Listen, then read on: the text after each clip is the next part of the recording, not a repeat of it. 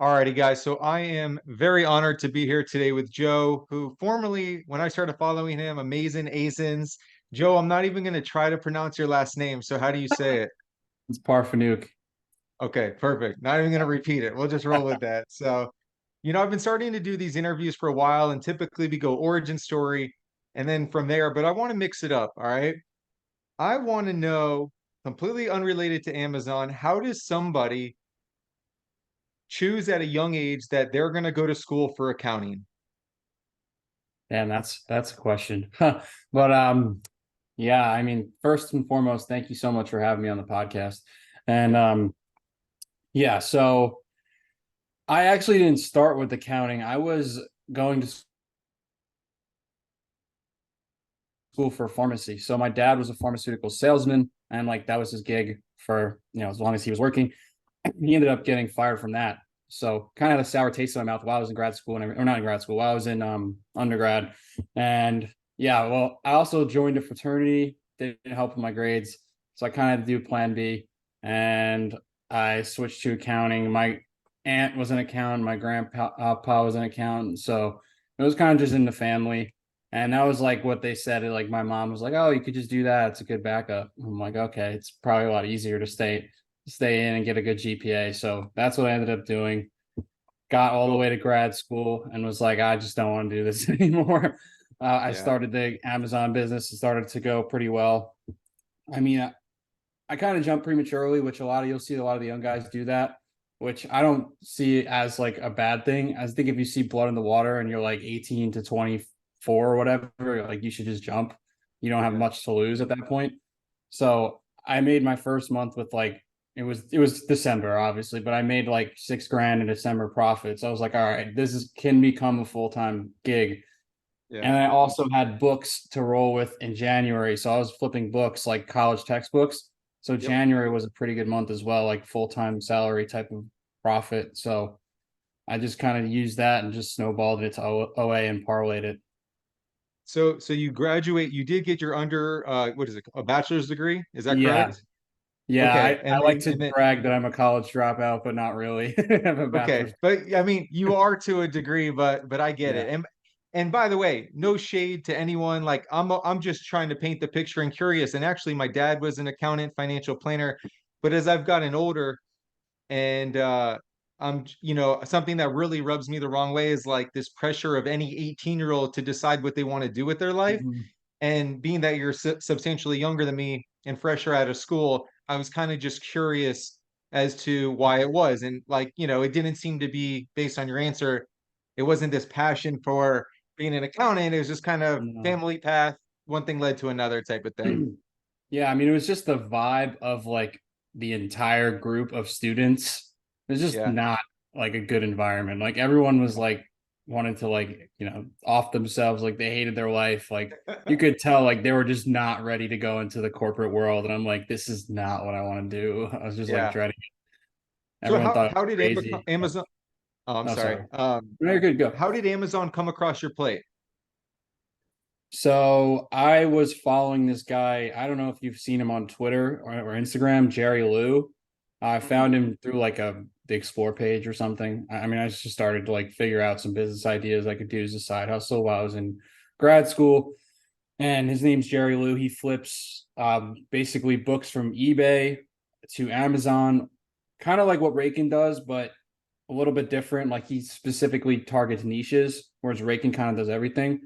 Yeah. So he will like target college textbooks, stuff like that, like nonfiction books, buy them on eBay or buy them non-prime and then flip them on Amazon. So like every time I tell people that, it like blows their mind, but it makes you pretty good money. Like his margins are insane. And I can testify that like he actually is like not lying about his margin. Like his margins are like 30% or something like that. He's not Yeah. lying about it. Like the ROI you'll get on these books, 100 to 200%. It just it's a little bit of a slower mover. Some books will get caught up, Right. not sell for a while. So like it's more of like a long term, like a more of like a long term. You have to have cash flow and stuff on point for that. Yeah. No. Okay. So that's how you did it, and then so you start to get your feet wet. I assume you mentioned Mhm. college textbooks, retail arbitrage. Is that how you just started going to Uh, some stores? A little bit. I went into Ollie's a few times, found a couple Yeah. during Q4. I found some toys that I flipped, but oh yeah, and Walmart Legos. That was about it. I didn't really do Okay. too heavy. I like to do a lot of thrift stores. I did that a lot. So I was going to thrift stores, garage sales. I was selling a lot on eBay. Like a lot of my profit the first year was from eBay, just because the margins were like insane on stuff from garage sales. You buy it for like $3, sell it for 30. So Yep. yeah, that was kind of what I was doing as far as like RA, like the poor Right. man's RA. How much money did you have, by the way, when you started this? Like, not how much did you have for this? Yeah, like $1,000, I would say. Okay. Honestly, I just kept throwing money from. I had a part-time job while I was in grad school, so I had a lot on my Yeah. plate. I was doing grad school, part-time job, and then trying to do this. And I also started flipping some packy chips too. That was another RA thing. I don't know if you've heard of those. Those are good RA No. flip. Like The hot the chip. hot chips? Yeah, Yeah, yeah, I was yeah. running into all the grocery stores, buying them up in bulk. Yeah, it was awesome. Nice. So let me ask you this. So you go to school, you then go to grad school, you start flipping some things, and then you make the decision after a taste of a couple of successful months, as you alluded to. Tell me your family's and immediate circle's reaction to this. Yeah, they were kind of shocked. Like they were not expecting that to happen. They kind of didn't really know. I mean, I showed my mom like a screenshot. Hey, I made like a few $100. Like this is really cool. And she'll be like, "Oh, that's cool. Like something you could do on the side or whatever." But then all of a sudden, I'm like, "Yeah, I just can't do this anymore." Like I was like miserable in grad school, so ultimately had to make that decision. Everyone thought I was like out of my mind. Yeah. But yeah, now the friend who it's funny because the friend who told me I was crazy, like one of my best friends in grad school, now he's asking me like how to do it. Yeah. So it's funny how it works that way. So let me ask you though, not my views personally, but just playing devil's advocate, why not just suck it up and graduate school to whether appease your family or to Mhm. have it as a backup instead of just cutting the cord type of thing? Yeah, well, that was their sell. Like my parents said that like you should just finish it out, and everyone else said that you should just finish it out at 6 months. But honestly, like looking back, if I just did that full 6 months, I don't think my business would have taken off the way it was. It would have at least would have been a year later or something. I don't know. I feel like a lot of people get stuck in the cycle. Like if they do this for more than a year and then they don't see like significant success, then they kind of just drag it along as like a part-time thing. That's kind of what I found. So I think if I didn't make that jump, I probably just would have not had that mindset to like go all in. Yeah, it was a tough decision. I knew I had the bachelor's degree, so it's like if it didn't work out, Right. and my mind was made up to like not even do accounting. So Yeah. I was gonna have to study for the CPA exam. Like I would have had no time to do the business at all. Like probably would have been doing $1,000 months like revenue if that's probably all I would time for. So Yeah. I just said, screw it. I'm gonna just take this chance. I was like 22 at the time or something like that. So went all in and didn't look back. And how old are you now? 24. That Okay. was 2 years ago. You, so it's interesting because again, I'm 35 and I now have almost I have over 3.5 years of Amazon experience. And like for the average seller, I would be like, keep the day job because you can do this on the nights and weekends, Mhm. whatever. But it's interesting because there's also a certain demographic before they even started working that you got nothing to lose. And so Yeah. I really respect it. And going against the grain Thank with you. anything in life is really challenging. And I do that quite a bit Mhm. myself, but like everything logically, society wise, would have told you just get your degree, and you felt Mhm. something and you stuck to it and it's paid off. So I know that couldn't have been easy when everyone's questioning you. So hats off to you on that. That's pretty Thank cool. you. Yeah, definitely. Let me ask you, so you seem to have grown pretty quickly when you got going, right? And something Mhm. that you've been pretty open about is like some hiccups that occur with cash flow. And I always think this is like such an important topic because I think what happens is so many people they get a taste and then they're like, oh, there's so much out there. I just want to spend, spend, spend. I want to get my Mhm. numbers up, blah, blah, blah, blah. Tell me about your growth and how you did. What was your growth like? Tell me about like some numbers maybe. And then also some inevitable maybe cash flow headaches and lessons learned, or if you want to share, something Yeah. you would pass on to a friend starting out. Yeah. So basically, let's go from January and then we'll work our way through the year Sure. and this year. So yeah, January 2020, what is it, 2022?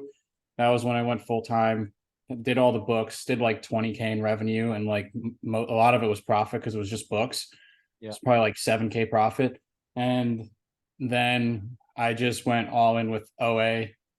I had a little bit of a like a February, the margins weren't too good. I was trying to figure things out. I think I did like probably under 10% margins. Like I was trying to Yeah. February is a notoriously bad month too. Now, even this year, my margins were not good in February. But yeah, I was trying to figure things out. I got the LLC in February, so my margins did take a hit. I was learning things. I knew I had some money in the bank just from December and January, so I kept going with it. Then March things started to get better. April, May, I was around from April to May, I was around like 30 to 50,000 a month. June, I think I took a step back in June, and then July like took off like a rocket ship. June I did like 40,000, and then July I did like over 100,000. But like you're saying with cash flow and all that stuff, if you make a jump like that, it's going to cause some hiccups with cash flow. Like I probably only had like $1,000 in the bank, which is so dangerous to be doing at that level. Like I didn't know that at the time. So now it's like I keep at least $10,000 in the bank while doing those same numbers. Obviously, I'm trying to have more than that. I pay everything off super early. I'm on point with the cash flow. I just know that I need to be smarter with it. I was making buys that probably were not as good as they were now. I was sitting on some stuff. It was just like a learning curve. But yeah, and then also a story that I've shared before is with the prep center. So I hired very shitty prep center. I don't know if I'm allowed to curse on this, but Go for it. yeah, so I'll try to keep it PG-13. But yeah, so they like didn't ship out a lot of product. Honestly, I think they still have some product to this day. I probably lost a little bit of money from them just holding on to it. We kind of Yeah. parted ways like very bluntly. So I think she did hold on to some stuff. I didn't really go through the sheet. Should have. But like I was like, what am I gonna do? Fly to Montana over like $5,000? Probably not even worth it with the crazy woman. Yeah. So yeah, and that put me in a little bit of a cash flow hiccup. Came very close to like paying interest in September. So there was August, December, yeah, September. Because of all the things piling up, credit card bills and stuff like that, with the inventory missing and whatnot. She took like a month to turn things around sometimes. Like I'll look at the tracking date, it was there a month ago. So that was really a big hiccup. And I heard someone say if you have cash in the bank, you're harder to kill. And that makes complete sense. So like you're very easy to kill if you're doing 50K months and you have $100 in your bank account. Like one little hiccup, you're screwed. You're gonna pay Yeah. interest, and that could compile up and that could put you out of business. So yeah, you just gotta be smarter. Oh, and then you So let said me the ask you, rest. Oh no, you can go. I'm sorry. Go ahead, Yeah, I was finish it just up. gonna go with the rest of the journey. So then yeah, 100K months pretty much from there on to 2023. Then I took a little bit of a step back in the first few months of 2023.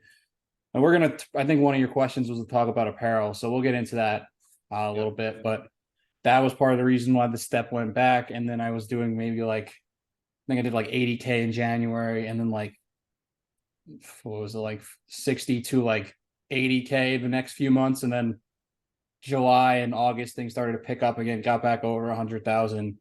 And I think it should be over 100,000 for the next, for the rest of the months of the year. And in January and through April, I think I'm going to know better how to navigate those months, because that was like the first time I did it really full Right. time.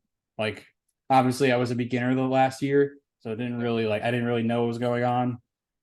So now I kind of have more of a better plan, in terms of spending. I maybe overspent in those months or something and sat on some stuff. So now I just know like to be smarter with those type of things. And yeah, I've Cool. added in some wholesale in the last few months. So we're at like 40 to 60% OA wholesale for the last month spend. 40 being OA. No, other way around. Okay. So a couple of things I wanted to ask you there. While it was brought up, you said you had a horrible experience with a prep center. In hindsight, if anyone's listening that could maybe be interested in a prep center or whatever, Mm. looking back, what would you have done differently to try to avoid this? Were there Yeah. any red flags that you maybe didn't seek out or whatever? I think it was just I didn't do enough due diligence. So like I talk about when you're hiring a prep center, like interview them, like ask them, have a preset list of questions for them, be specific, try to dig deep into their business and make sure they're not full of it. Cause I didn't really do anything. I didn't know what I was doing. She's like, yeah, we have availability. I'm like, all right, I'll start sending you everything. That was another thing I should not have done, was send everything. I should have sent Yeah. maybe 10 to 20% of my units or something like that, a small test to see how it goes. And yeah, that was probably the biggest mistake. Really, just the lack of communication you could tell was there. Like she was not good at communicating. Um, yeah, and then she would just lie about stuff. Be like, oh, it wasn't delivered. But like I'll look at the tracking like for multiple products, like, yeah, that's a load. Yeah. So yeah. No, I hear you. I'm really happy with my prep center. I actually talked to them about like a referral affiliate program. So whenever this comes out, I'm like actively in the works with that. Mhm. Because I can vouch for them. But like you said, I started off Yeah. sending them a small fraction of my stuff after being referred to them, by the way. Mhm. And then from there, I just built up that trust like any relationship, and it's gone really well. But everything's gonna have Yeah. a learning curve. Everything, nothing happens seamlessly. So I'm glad we talked about that. Mhm. And so you're growing six-figure months Mhm. pretty consecutively. You had some hiccups along the way, cash flow. What are you doing now? You mentioned keeping 10 grand in the bank. Do you follow something like a profit first, or like do you take a percentage? Do you take a salary? Do you have plans of that? Uh-huh. Like what's your whole take on disbursements, and how do you kind Yeah. of handle that and navigate it? Yeah. So you should set 30% for taxes first. Like that's obviously first and foremost what you should be doing. And I take very small salary. So like I'm using the income from like other streams to just pay everything for personal Yep. use. I'm trying to just keep reinvesting as much as possible. At some point, when I cap out, I feel like I'll just start to take bigger payouts for myself, to just put into other things like private label and whatnot. Okay. But yeah, right now I'm giving myself like a 2 grand salary a month. Okay. Cool. So nothing crazy, but yeah, that's about it. I didn't read the book. I probably should read Profit First. And with being in accounting, I kind of have an idea of like these type of things. Yeah, no, I agree. I mean, basically, the principle is set aside for taxes, pay yourself Mm. X amount for this, stuff like that, which all makes pretty logical sense. Mm.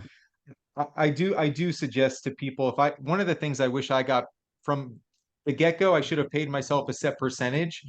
Um, so for me personally, like next year, I want to start paying myself a hefty salary for the first time. When I say hefty, like a six-figure salary, and then you also have Mm. cash back and stuff like that, instead of just reinvest, reinvest, reinvest, so I can take that money and invest it elsewhere.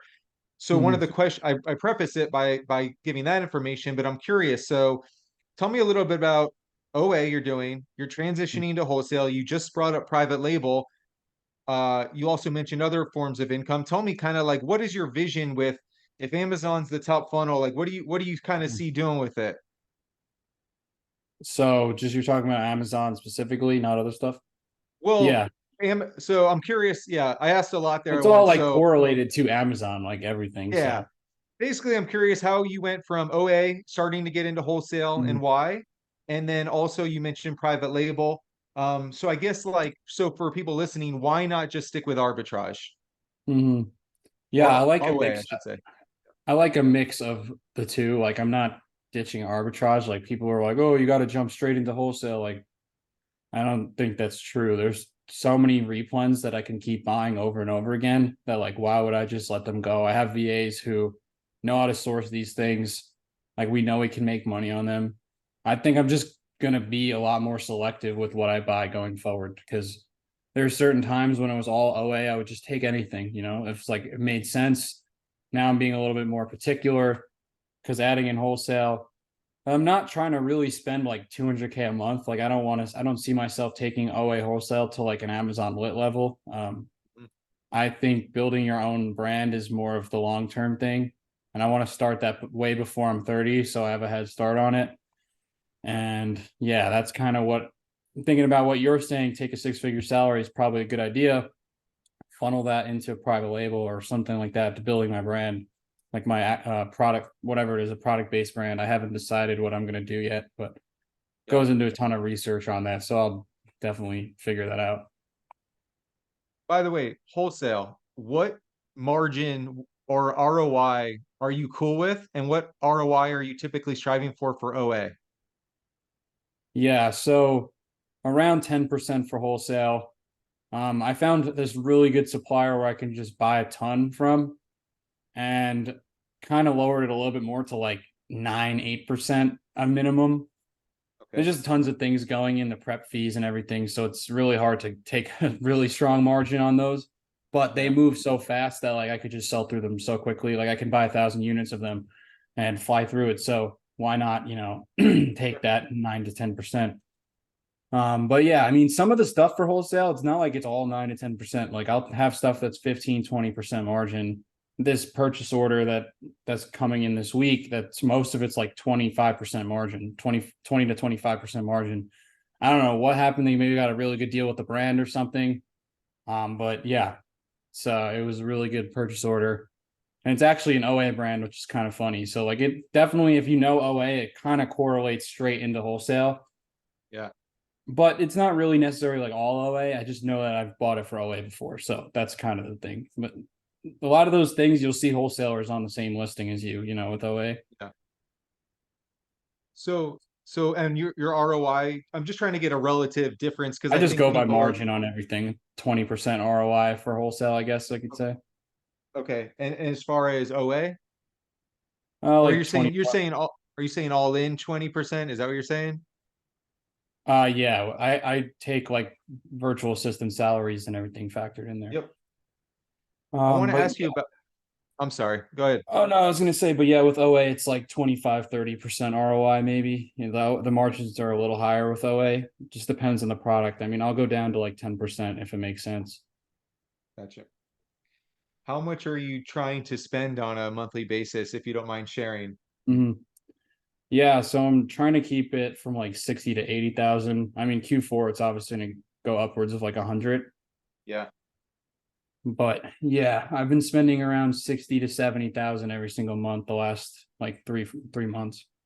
Nice. Okay, cool. Let's talk briefly about your VAs. I'm just curious. It seems like you've been pretty happy with them. What do you attribute? You always hear people, I think, complain about VAs. I don't have any. I'm not closed off to the idea, but I will say this, just logically, the same way managing people in any capacity, you can't expect people to do what you do or care the way you care. And also, they're only going to be a fraction of what you teach them. So I'm curious, like, how have you found success and why has it worked for you? Yeah, so I think just first and foremost, like knowing how to train them, because you said they're only as good as as you are, as what you teach them. Like if you go ahead and hire someone, like I waited a pretty long time to hire a VA. I think I was almost a year in when I hired a virtual assistant. So like it took me time to be able to, hours of reading keepographs and stuff like that, hours of sourcing to be able to teach this stuff. Like that's why you'll Right. see so many people starting out 3 months, they have a coaching program, but like it's not realistic. Like you need Right. to have at least, almost, I would say a year of experience to be able to like fluently teach this to someone. So I think that helped just delaying it a little bit. And I don't know, I've always thought I'm just good at like identifying, I don't know, maybe it goes to like fantasy football, stuff like that. I'm always good at identifying like a needle in a haystack. Yeah. So yeah, it's that's part of it. And I just very thorough with the interview process. Like I'll ask, personality related questions. I don't go off experience. I go off like how they are as a person. Easier to mold someone who is willing to grow and stuff like that. Obviously had a bunch of blunders, hired some bad VAs, had to fire a few. It's not going to be 100%, especially like you said, it's hard to have them be as committed as you are. Right. But yeah, the first one I hired ended up being the manager now. So she's been with me for over a year. Um, yeah, I mean, that was just identifying like personality. Honestly, she had like barely any experience, but she grew. She wanted to get better. She works hard. Yeah. So that was kind of what I was looking for. And so as far as sourcing goes for VAs, are they how does that is it just, hey, these are techniques I use, or hey, this is a site, why don't you guys manually source this? Like tell me like Mhm. a little bit about like if they wake up Tuesday morning, how do they know what to do? Yeah, it's a lot of me telling them what to do over time, and it kind of just compounds on each other. But yeah, they use Sales Gazer, so like that's kind of giving them the idea on the sales for the week. They'll check that. I see like it will tell you like if they went through it because the email will be opened, so I'll know like they were looking through these sales. So that's like one way. And then I'll send them stuff, like if I see a sale that looks really good, a friend told me about something, I'll tell them, oh, like take a look at this. If I find a new seller, I'll be like, hey, reverse source this seller. So yeah, that's really what we do. And then keep a product finder is a big thing. Yeah. Train them Okay. on that. So yeah, that's definitely helping. And yeah, it's just like depending on what's going on. Like Labor Day, maybe it's more of a manual sourcing type of thing going on just because there's all the sales. And then like, right now it's after Labor Day, it's probably more reverse sourcing sellers try to find something. It really just depends on the time, but it's between those two really. Okay. And is there anything in particular that you'll never off, maybe not never, but that you're holding on to for you to do personally? Uh, and why is it that those are things that you're continuing to do? I mean, the only thing I'm really doing is purchasing the leads, which I need to outsource as well. Uh, Yeah. I've been just kind of delaying that for way too long, just to have my manager purchase all the leads. That will So take a you're, lot off my plate. so are you doing any sourcing or are they doing all of it for you? They're pretty much doing all the sourcing. Like I'll rabbit trail off the stuff that they have. Yeah. I'll have some friends send leads and stuff like that, but like that's pretty much it. I'm not really doing reverse sourcing. I think the last time I reverse sourced a buddy of mine, I found a store, and that was probably like a month or two ago. So like it's very rare. I'm just really mainly checking the leads, and then if I find something that looks good, I'm like, oh, there's a sale. So like on that specific brand or something, I'll Yeah. piggyback off of it. Look at the other variations, stuff like that. Yeah, that's pretty cool. I mean, I will say, Mhm. I think there's certainly people like myself that put in a lot more time and do get higher ROI, but like Mhm. I love this because there's no one way to do this. The fact that you have so much free time is really admirable too. And so that you can trust them and that you've built them up, like it's one of the Mhm. beauties of Amazon. So like that's Yeah. that's really impressive, man. That's pretty cool that you have so much time Yeah. that you get to Definitely pretty much part of do the other stuff. reason. Yeah, it's part of the reason why I've been able to go so hard with content, Yep. teaching people, the influencer program, those type of different things. That's part of the reason why, honestly. Totally. And so actually one of the things I wanted to talk about, we'll use that as a segue. I mentioned earlier you switched from like an Amazon handle to your actual name. You've done 75 hard. You strike me as someone that like the Andy Frisillas of the world, right? And stuff like I'm that, that trying you to be love. like him. Yeah, he's the guy I look up to. So I totally sense that. And so you are consistent with your posting, man. If there's something I had to pick one of that I really respect, it's so hard to be consistent with anything.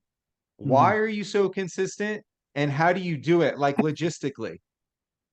Yeah, so I just see the long-term payoff in posting every single day. Like the Hermosies of the world. Like he's been posting for 10 years and you didn't Yeah, even know. Like most yeah, people don't know my name now, but if I post for 10 years and like, you know, the intangible success continues to pour in, like the car, I mean, I'm not saying cars and money and like houses are everything, but like people see that and it does definitely, give you credibility as long as you're not some like guru guy selling courses.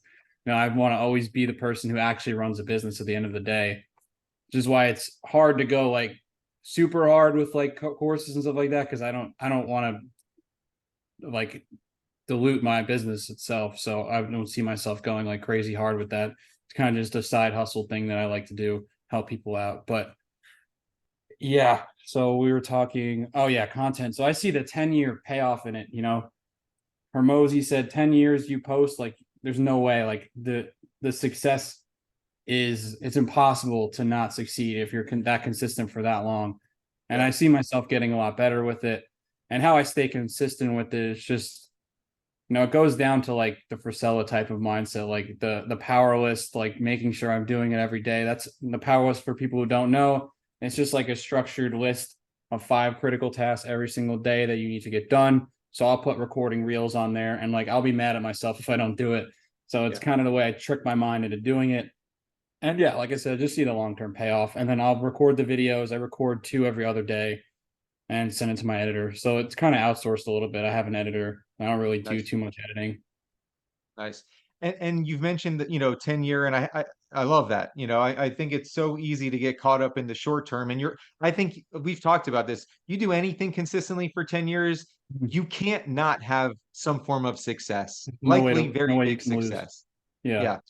So you've mentioned though, you have you just know in 10 years, do you have an idea or a goal of what that actually looks like? Or you just know you're going to have the world at your fingertips in 10 years from now, you keep doing stuff like that. I mean, I have like it's so hard to see where you're gonna be 10 years from now. Right. Like things can change. I just see the grand picture as far as like running, whatever, a 9-figure brand. I don't know what the brand is yet. Like that's Yeah. just it's just hard to like know so far out. But like that's the vision, running that brand, being like some of these big influencers that you see on the internet who aren't like BS, like Yeah. Andy's not BS, like he's a real dude running a real business. There's other Right. guys like Eric Spofford that I really like. I don't know if you've heard his content, but No, I like he haven't. yeah, he's a great guy to follow. And yeah, just mainly just trying to help the younger generation. I want to be that type of, I want to help the people who are in my shoes right now get to where they're trying to Yep. be. So that's Awesome. kind of the Very goal cool. there. Very cool. Um, I wanted to touch upon too. Pretty sure you're recording this, if I'm not mistaken, Arizona. Is that correct? Phoenix? Yeah. Yeah. It's a sauna out here. So I'm from South Florida. I'm in North Carolina now, and like every day during the summer and going into fall, I'm just like I'm enjoying the weather, that's for sure. But everything has pros and cons, and Mhm. I want to talk about, and you've been kind of vocal about this. What have you learned about yourself, and kind of what did propel you to fly across the country? And did you know anyone, or just like how did you land on Phoenix as a whole? Yeah. So my family moved out here in November. Cool. I was living in my aunt's, well, my grandparents' old house was a little spooky. So I kind of Yeah. just got kicked out of my house, and like rent in New York is so expensive. So I decided to just honestly, I was like losing my mind in that house, seeing my grandparents' old photos, so creepy. But Yeah. yeah, so I ended up just leaving. My mom was like, "You could just come here." I lived with my parents for a few weeks, and then I just moved out and got my own place. Like the rent here compared to New York is absolutely nothing. So Yeah. yeah, and Arizona, I mean, I was like, "Oh, screw it! It's a really cool state." Yeah. I didn't really know anyone. I met someone from Instagram. I don't know if you know Johnny Venegas, but I don't he know. does liquidation Amazon. So like we're friends. He moved into my building. Like so that was like my first friend. I know another dude from the internet as well. Honestly, all my friends here I've met from the internet. He does Yeah, man. Shopify. So yeah, it's kind of crazy. That's cool. Cool. Um, for people listening at home, we kind of went through this relatively quickly as far as you started here and now you're here, right? Mhm. Actionable, like what advice would you give to somebody starting off, or maybe someone even stuck at like 10K a month in sales? Like Mhm. what does it take to get to six-figure months? And how long realistically does somebody have to put in the work, in your opinion? Yeah. So actually, good question because I was talking to a student yesterday and she's kind of stuck in that same point. And I'm like, you're not going to like this answer. Like it's a very obvious answer, but people just decide to ignore it. Like she's full time with it, so like I know that she could get to 100K. Like, Yeah. and it all comes down to her putting in the work. Like Yeah.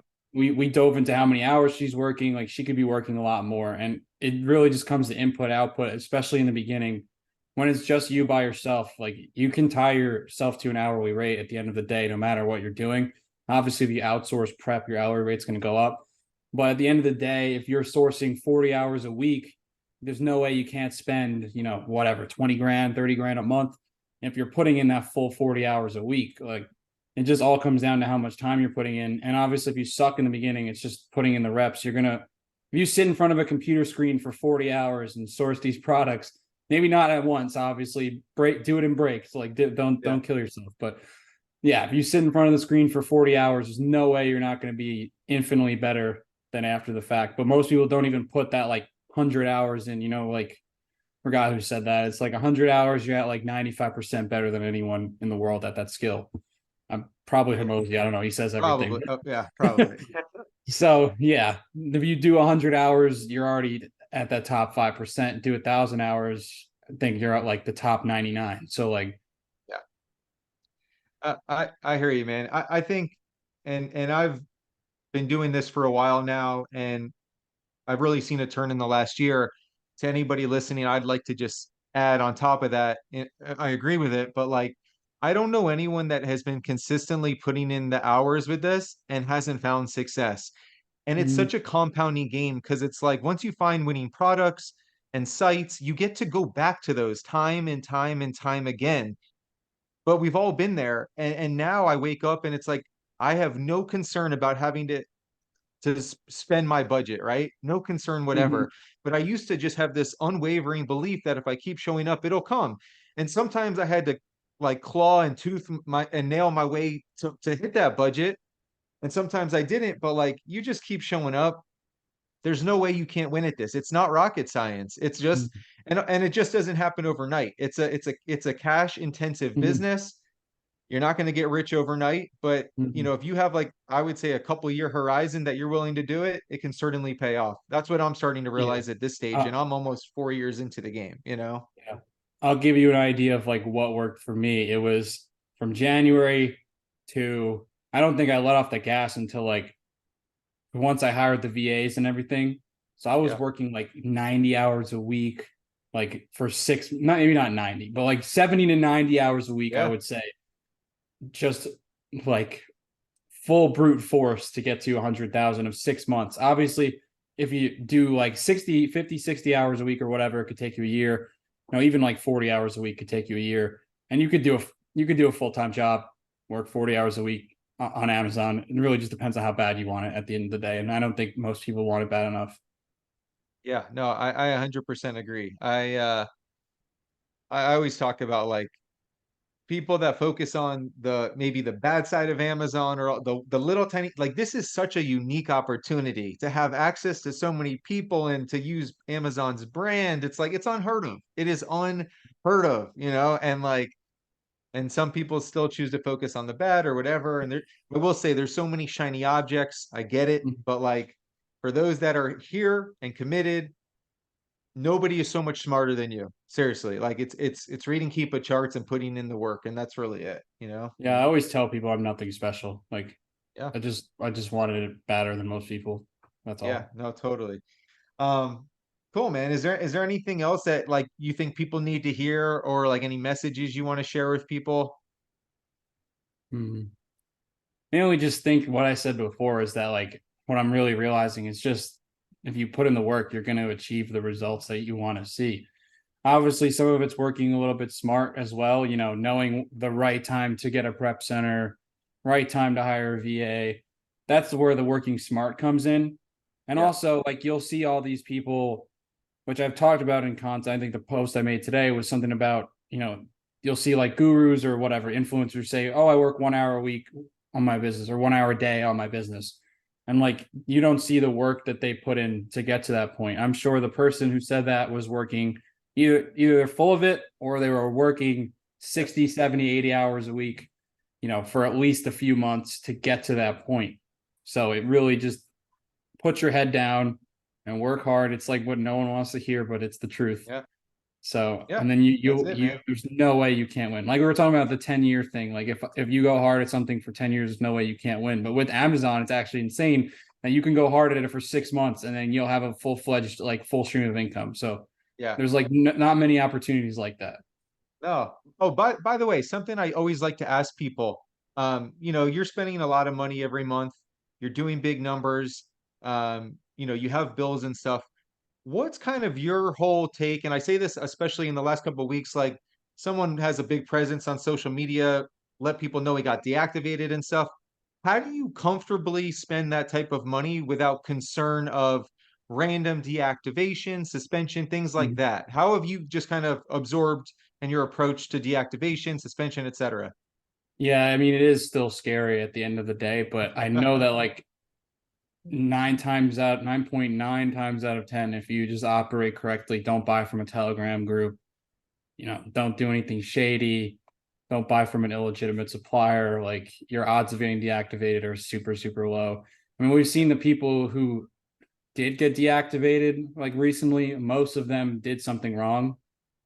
I mean, I'm not gonna like they don't deserve it. I mean, honestly, they made a mistake. Like they don't deserve to be banned. But like most in cases, they did something wrong where maybe they bought from a Telegram, multiple accounts, whatever it was. Like so, as long as you play by the rules and do the right thing, like your chances are so low. It is still scary in the back of my mind. I could be, Yeah. but I know also like if I have the right attorney, like I have an attorney on retainer, like as long as I'm gonna trust them to handle it right if it does happen. But Yep.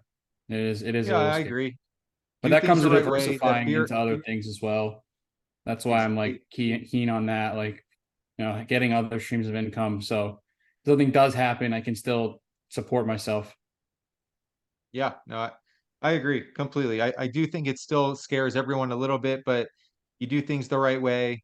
And that's one of the reasons I want to finally start paying myself a decent salary. It's like I don't want it all my money to be tied up in Amazon, even if it's a great return. I'd rather pull it out and buy a rental property every year or two or whatever it is, like, and if that means I plateau on Amazon where I am or a little bit higher or grow slower, I'm cool with Mhm. that because at the end of the day, I hate to say it, like I don't think something's going to happen if you do things the right way, but it's still the Wild West. It's still their game, Mhm. and I just don't think it's ever a bad idea to mitigate risk a little bit. No, definitely.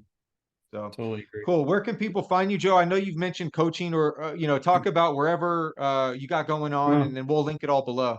yeah. I mean, first, I'm not going to sell you a course. So, first and foremost, follow me on Instagram. It's my name at Joe Parpheniuk, YouTube, Twitter, and I have a free Discord which you can join if you just follow me on Instagram and click the link and scroll down to the bottom. There's a link to join the free Discord, and I'll be posting about the free Discord all the time. So yeah, that's really where you can find a lot of free stuff to help you get off the ground.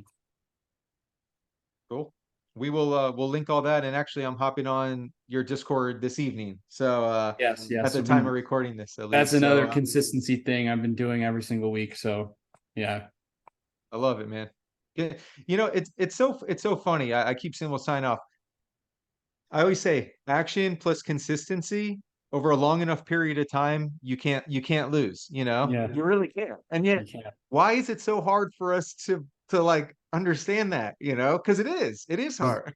Because people don't see the black and white. I think Yeah. they No, think it's I hear you, something man. super complicated than what it I really know. is. But yeah.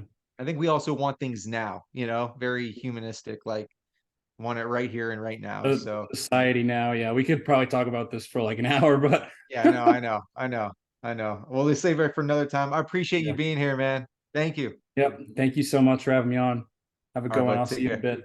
All right, take care.